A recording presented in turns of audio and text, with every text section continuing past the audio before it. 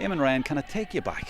What's your background and when did you get into ladies football? Do you remember like the first game you saw and thinking, I could follow that sport? Well, I've been involved. I suppose I started off in a village where it was exclusively hurling, and hurling would really be the game I prefer. And then I went to school in West Cork where it was all football and no hurling, so I kind of started playing football. I would have hoped to play hurling with Cork but didn't. I've been involved with ladies since very early in my time because I was a primary school teacher. We had girls playing camogie and we would have girls football in the late 80s, 90s. But from the point of view of ladies seniors, that happened almost by accident, just somebody asked me to know would I give a hand for a few weeks. Did you have any doubts? Did you think about it first? Well, it was October, November, so I wasn't doing a whole pile else. So, I just loved me out in the field. It could have been an under 14 boys team. It was just that when she rang, I think I'd been in hospital and I was at a loose end, and I just said, why not? That was all. There was no great thought went into it on either side, I'd say. And what was the Cork panel like? The players, how well were they doing, for example? Well, they had never won any championship or league until then, so there were two distinct groups in the panel. There were older girls who had a huge interest in the game but had never had any success, and then you had a lot of young ones of 17 who had lots of success. So quite often it's hard to gel two groups like that, but we were lucky. The older ones appreciated what I was trying to do with them, but as well as that, then they nurtured and groomed the younger ones, thereby ensuring that none of the younger ones brought any notion that they were superstars with them. On the other hand, the young ones were very level-headed and looked up to these older players, and the two crowds gelled, and it's been very easy to coach them. And 10 years later now, the same thing seems to be happening again. The young ones are now the old ones, and there are young ones with medals coming through who are looking up to the older ones, because there seems to be a perception abroad that you need to win an awful lot underage. Sometimes it can be a drawback. Last Sunday was Kerry's 6th minor in 50-something years. It was the 21st senior in 50-something years. So there isn't a direct correlation between minor success and senior success. People run it out as if it were a truth, but it's not really. So I think I was lucky that the players I had were very, very mature, both the older and the younger, and they gelled. That younger group must have had the likes of Rena Buckley and Breege Corkery in it, and as you say, they were grounded then. They're still grounded, they're still special players.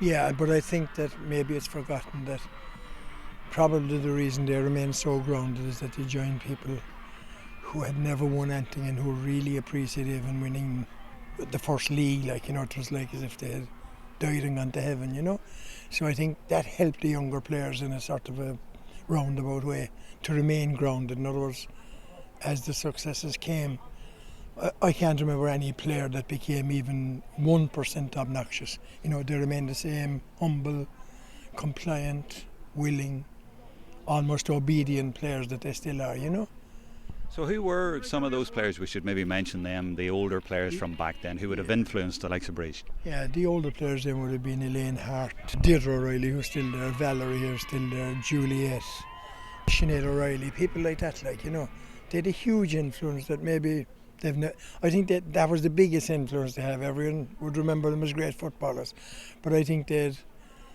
almost a parental effect on the younger players in the nicest possible way, On another subject, I wonder what you think about the systems, the Jim McGuinness system, the All Ireland Men's Final, the way things gone. Do you ever see something like that coming in? I'm sure it's in to an extent in ladies football. Do you see any danger of it coming in more and the game changing? I wouldn't see that as a danger. Everything evolves, like cars. If you saw some of the cars we had when I was a young fella, you'd be appalled. No, I wouldn't worry about systems. A lot of people are decrying last Sunday's game. I thought the first half was mediocre. But I played in an All Ireland Final and it was pretty mediocre, The second half I thought was quite good. I thought it was quite intriguing, actually. The battle of systems. Now, I wouldn't be a big man for systems, But you know, I mean, that's just an evolution of the game. That'll change again in a few years' time. You know, Dublin tried to change it this year, but probably went maybe too far with their attacking system. You know. And in ladies football, we've Cork and Dublin, and going by the league final, it'll be all-out attack. Obviously, a lot of good defending as well, but two teams who like to open up and play football. That will, yeah, and it'll be very tight. I mean, we met twice in the league. One was a draw, and I think we won the other game by a point or something. So it'll be very close, you know. And again, it's very hard to predict, you know. A lot of things happen on the day, like, I mean, even you could, I'm sure Donegal can see if 2 or 3 different things that happened last Sunday, they may have won. Likewise, if John O'Dwyer's pint had been even 6 inches more to the left, Tip would have won. Like, you know, that's probably the allure of sport, the total unpredictability, like, you know. What is consistent this year is though that Cork have won this year. You've won the league, you've won Munster, whereas last year you had a few problems and you'd lost a few games. You were getting into it differently. Is it better to go in this year, or does it not matter?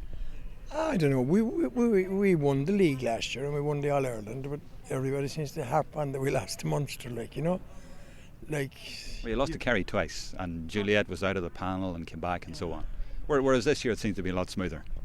Yeah, but I mean, over 10 or 11 years, you're bound to lose a few matches, like, you know, or maybe a lot of matches. So I didn't see any great significance in that, like, you know, and I don't see any great significance in the way we're going this year. Like, we'd approach every game trying to play as well as we can, and if that gives us a win, so be it, like, and if it doesn't, you know, life goes on, the sun still shines the morning after, like, you know. That brings us back full circle. You're grounded as well. Well, I mean, I'm involved now with nearly 60 years, and I mean, I've way more defeats to my credit than wins, like, you know. So I mean, I genuinely don't. I'm not in it for the winning and losing. I love the winning, obviously. I just love hurling and football, like, you know. I don't play golf. I'm a pretty boring person. I'd read a good bit, and you know, that's my hobby, like, you know. So I wouldn't be consumed by the winning and losing. While I would love to win, now I'd be hypocrite if I said I didn't. But I mean, I've had way more defeats, like, you know.